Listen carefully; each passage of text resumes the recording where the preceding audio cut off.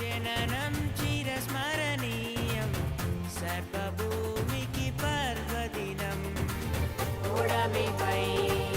ఇంట్లో గీజర్ పేలిపోయి ఇల్లు బెడ్రూమ్ మొత్తం కాలిపోయింది. ఇంట్లో ఆ సమయానికి నేను ఒక్కదాన్నే ఉన్నాను ఇంట్లో.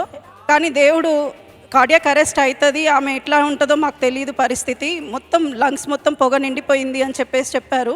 కళ్ళు తెరవలేని పరిస్థితి. అలాంటి పరిస్థితిలో నుంచి దేవుడు నన్ను మరణ పడక నుంచి నన్ను లేవనెత్తాడు.